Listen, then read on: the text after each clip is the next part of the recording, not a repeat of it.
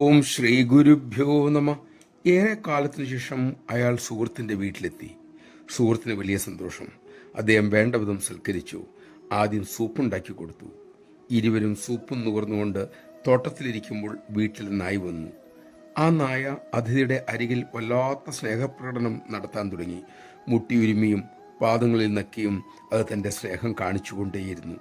അത് കണ്ട് അയാൾ സുഹൃത്തിനോട് പറഞ്ഞു, എന്തൊരു സ്നേഹമുള്ള നായ, എന്നെ പരിചയമില്ല, എന്നിട്ടും എന്തൊരു സ്നേഹം.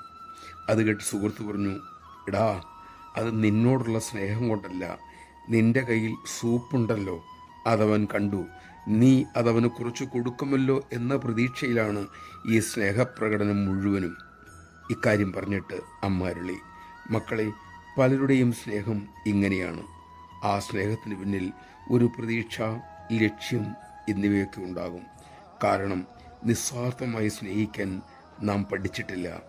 വില കൊടുത്തു വാങ്ങുന്ന സ്നേഹമാണ് നാം ഇന്ന് തേടുന്നത്. അത് മാറണം.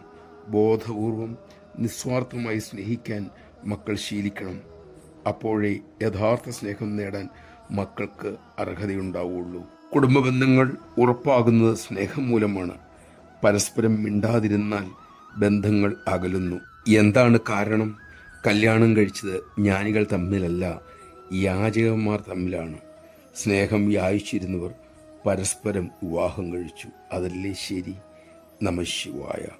നിസ്വാർത്ഥമായി സ്നേഹിക്കാനായി നമുക്ക് ശീലിക്കാം. അതിൻ്റെ ആദ്യപടി എല്ലാവരിലുമുള്ള ചൈതന്യം നമ്മുടെ അമ്മ തന്നെയാണ് എന്ന അറിവാണ്. ആ അറിവിനായി അമ്മയെ കേൾക്കാം, അമ്മയെ അനുസരിക്കാം. നമുക്കതിന് സാധിക്കട്ടെ.